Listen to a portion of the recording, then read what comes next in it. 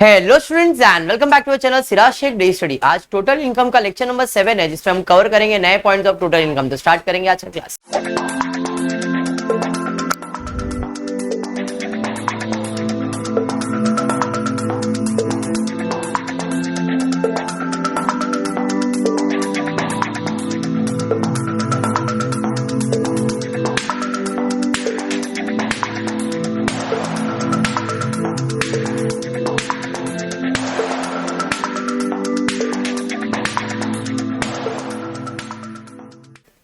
Rupali start करते, देखते question क्या दिया है। Mister Rahul who is physically disable, हाँ मैं इसी की बात कर रहा हूं, तेरे दिल पे ले रहा है। Disable to the extend of 65%, मतलब यहां पे एक चीज क्लियर हुआ, ये खुद एक हैंडीकैप है।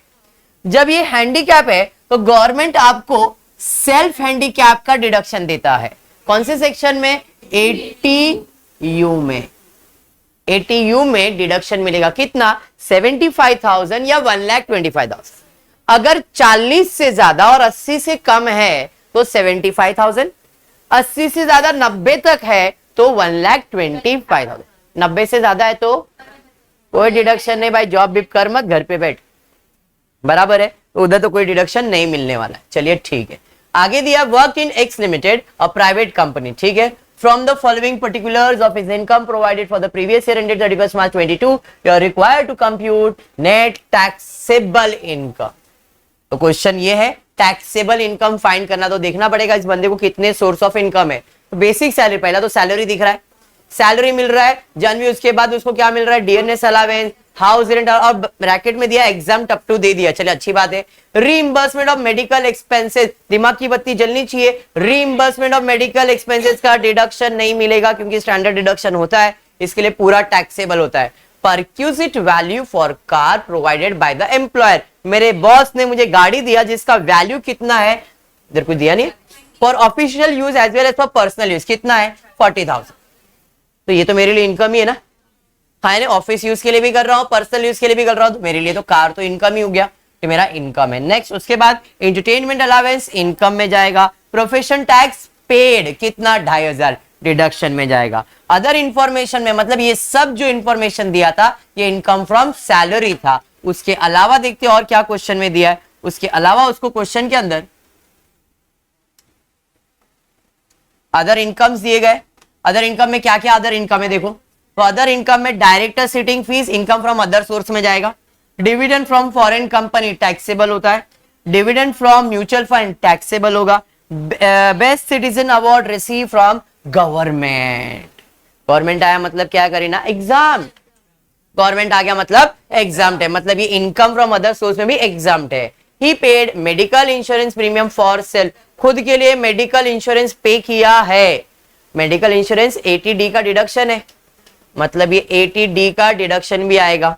कितना पे कर रहा है? 22,500, पूरा का पूरा डिडक्शन है, ये एक्सपेंस है। उसके अलावा और कुछ दिया है क्या? नहीं, खत्म हो गया सब। मतलब इस बंदे को कितने सोर्स ऑफ इनकम है? 2, सैलरी एंड अदर सोर्स। देखो मैंने अभी 7 के 7 लेक्चर में वही सब करवाया आपको, सैलरी विथ अदर सोर्स ही करवाया है। और मैं अभी आपको हर एक टॉपिक अदर सोर्स के साथ ही करवाने वाला हूं। क्यों? क्योंकि अदर सोर्स आपको समझ में आ जाना है कैसे सॉल्व होता है। अभी इतने सम्स की अदर सोर्स में आपको मालूम बेसिक, जो उसमें नहीं आता है वो सब इसके अंदर ही आता है, ठीक है। चलिए फिर स्टार्ट करेंगे सम। पहला हम कैलकुलेट करेंगे क्या, इस बंदे का इनकम फ्रॉम सैलरी से स्टार्ट करेंगे, ठीक है। चलिए वर्किंग पे आ जाते हैं। सबसे पहला इस बंदे को इनकम है, income from salary. Part A, income from salary. अब इनकम फ्रॉम सैलरी में क्या क्या इनकम है जरा चेक करते हैं। तो सबसे पहला इसका है बेसिक सैलरी। बेसिक सैलरी कितना? बेसिक सैलरी डायरेक्टली दिया है क्या? 7 लाख। चलिए चेक कर लेता एक बार, तुम्हारे पर तो भरोसा है मेरे को। 7 लाख रुपए। उसके बाद है डियरनेस अलावेंस, तो यहां पे 7 lakh. Dearness allowance forming a part of salary, ठीक है। डियरनेस अलावेंस कितना है? ये भी टैक्सेबल अमाउंट होता है।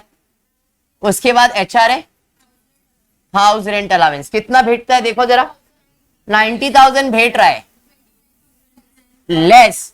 चलो कोई इसका सेक्शन बताओ। Examined under section 10(13)(a). याद है कितना? 29,000। Very good, 61,000। समझा नहीं? Very good Chaitali. उसके बाद क्या है जरा चेक करते। उसके बाद medical reimbursement of medical expenses. ये पहले डिडक्शन क्लेम होता था बट अभी नहीं होता है क्योंकि स्टैंडर्ड डिडक्शन आ चुका है। तो मेडिकल एक्सपेंसेस रीइंबर्स है, टैक्सेबल अमाउंट है। टैक्सेबल मतलब वो इनकम ऑफ सैलरी के अंदर आता है। मेडिकल एक्सपेंसेस रीइंबर्स्ड कितना है? रीइंबर्स्ड 22,000। क्या बात है। उसके बाद क्या है बंदे को? उसके बाद perquisite value for motor car fully taxable होगा। तो perquisite value for motor car 40। क्या बात है। नेक्स्ट नंतर क्या है? एंटरटेनमेंट अलाउंस कितना दिया? Entertainment allowance 60,000। क्या इसका कोई डिडक्शन आएगा क्या? क्यों चैताली? क्योंकि एक प्राइवेट कंपनी को एंटरटेनमेंट मिल रहा है, खाली ऐड होगा, माइनस नहीं होगा। कितना एंटरटेनमेंट? 60,000। पुढे बढ़ता है, आगे क्या होता है? उसके बाद प्रोफेशनल टैक्स है तो डिडक्शन में जाएगा, मतलब इतना ही है। हाँ जी, तो अब इसका टोटल लेना पड़ेगा अपने को। बैठे ही थे यार ये लोग, तो पूछो खाली बस हमको टोटल। इसे आप जीटीएस भी कह सकते हो। Thank you. हाँ सालवी 11,83,000। आता पुढे क्या आएगा बोल जरा? यहां पे आएगा लेस डिडक्शन अंडर सेक्शन 16। कौन सा आएगा जरा बताओ? तो पहला है एसडी और दूसरा है पीटी। एसडी कितना? 50 और पीटी कितना? 2,500। पूर्वा कर रहा है क्या? माइनस करेगा क्या फटाफट? इधर लिख लेता हूं एनटीएस कितना है?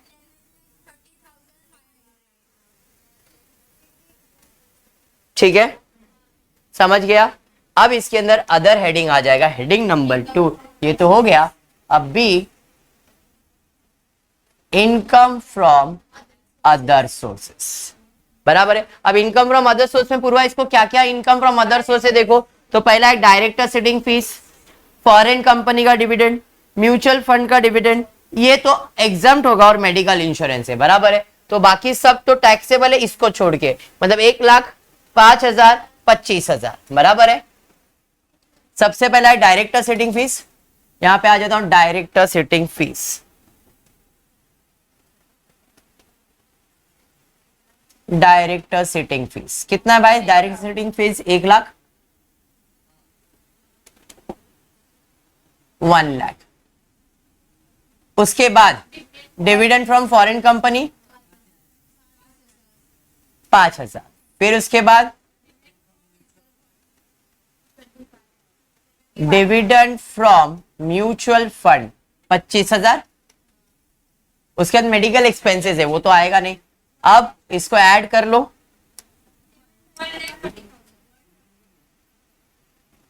Income from other source 1,30,000।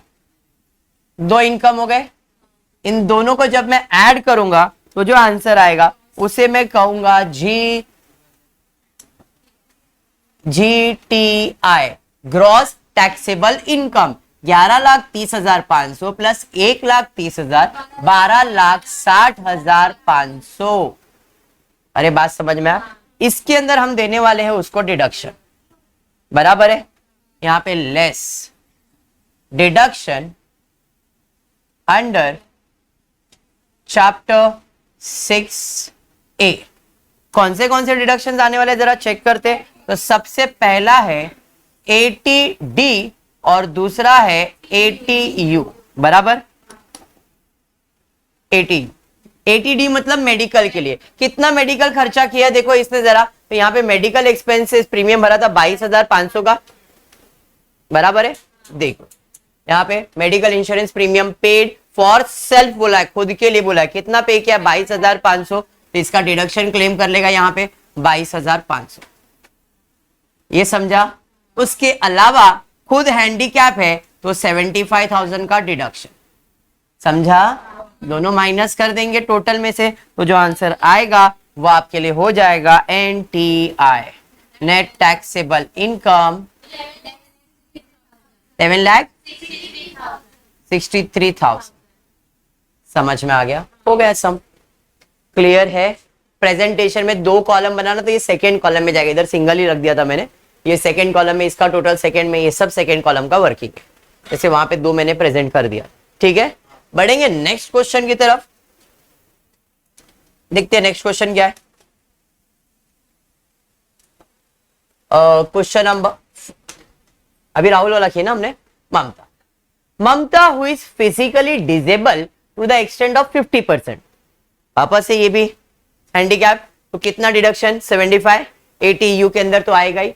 Work as a professor in a private college, भाई ये प्रोफेसर जैसे काम भी कर रही है, कोई कॉलेज में काम कर रही है, मतलब इनकम फ्रॉम सैलरी आने वाला है। For the following particulars of income provided for the previous year 31st March 2022 you are required to compute net taxable, वापस है net taxable income फाइंड करना।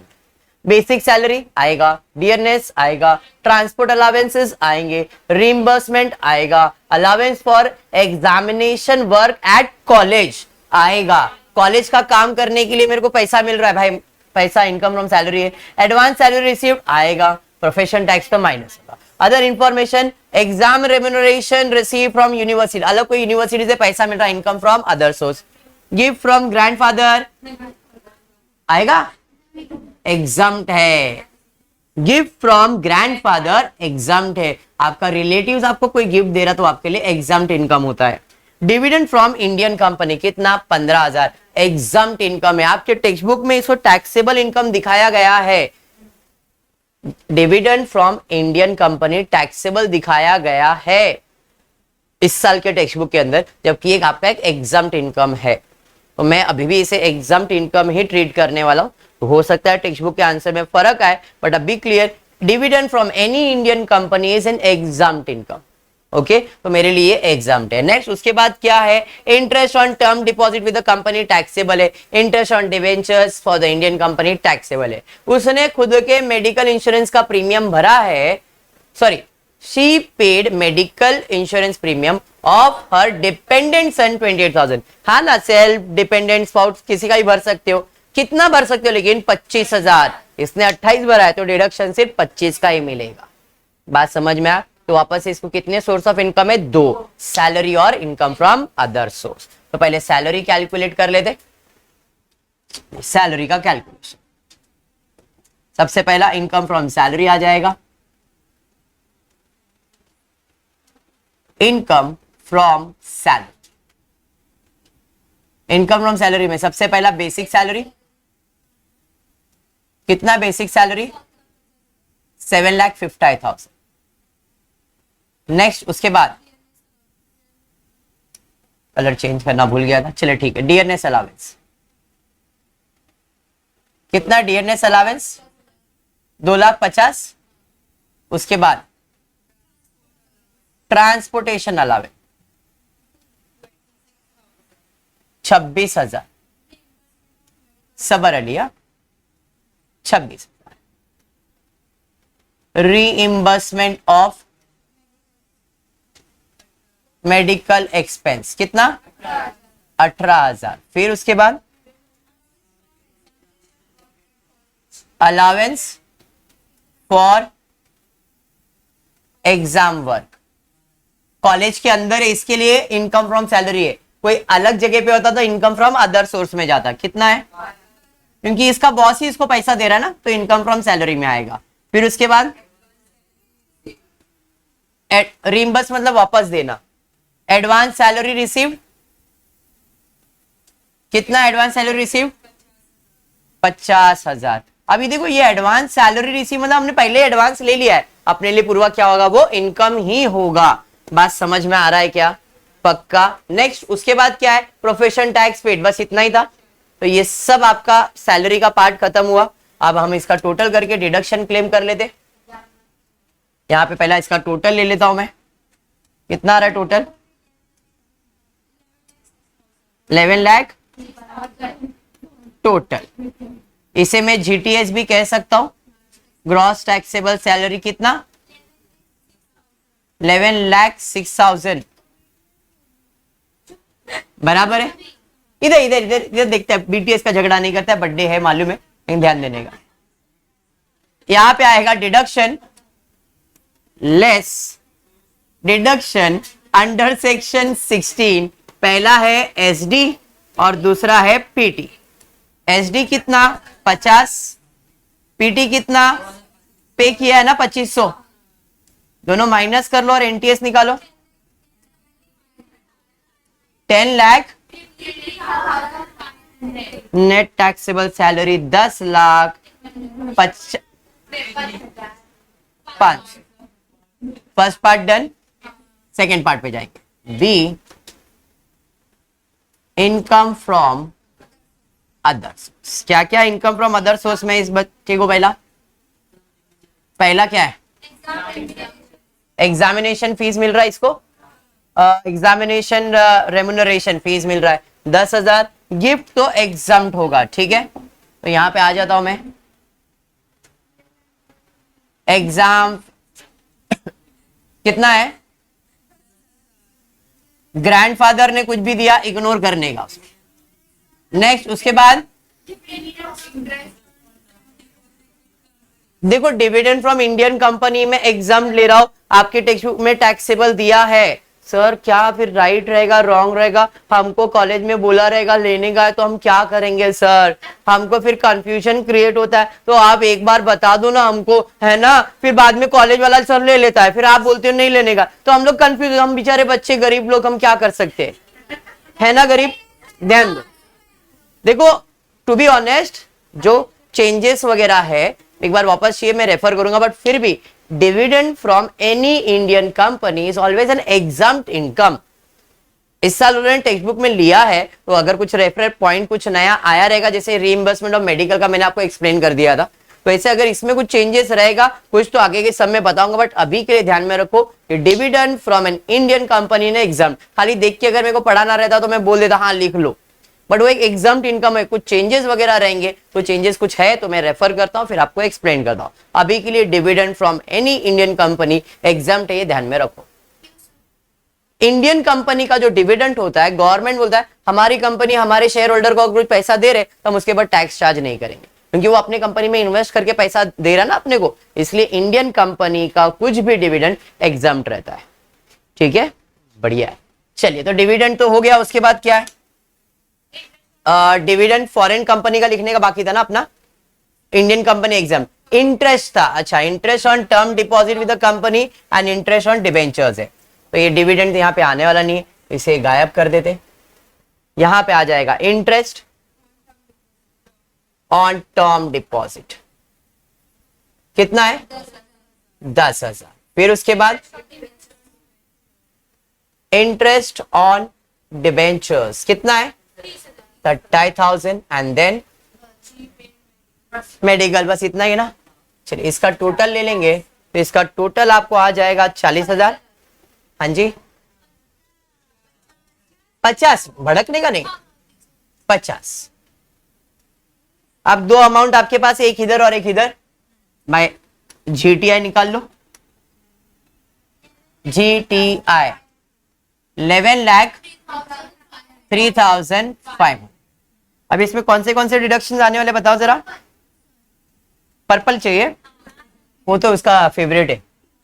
Less deduction under chapter 6A। कौन सा? तो medical insurance भरा है dependent के लिए और खुद हैंडीकैप है, बराबर है। चलिए, तो उसने कितना भरा? 28, बट डिडक्शन मिलेगा सिर्फ 25 का, और खुद हैंडीकैप है तो 75 का, मतलब 1 लाख का डिडक्शन होने वाला है। तो 1 लाख का डिडक्शन होने का जो आंसर आएगा उसे आप क्या कहते हो? एनटीआई। 1 लाख तो 10,03,500 हो गया। समझ में आया क्या? नेक्स्ट लेक्चर से अभी सैलरी को स्टॉप करके दूसरे सोर्स को स्टार्ट करेंगे, मतलब अब हो सकता है house property with other source लूंगा मैं। सैलरी पे अभी कॉन्फिडेंस है पक्का। चलिए आज के लिए इतना ही। होपफुली आपको वीडियो पसंद आया रहेगा तो प्लीज वीडियो को लाइक कर देना, फ्रेंड्स ग्रुप में शेयर करना, चैनल को सब्सक्राइब करना। Thank you for watching the video.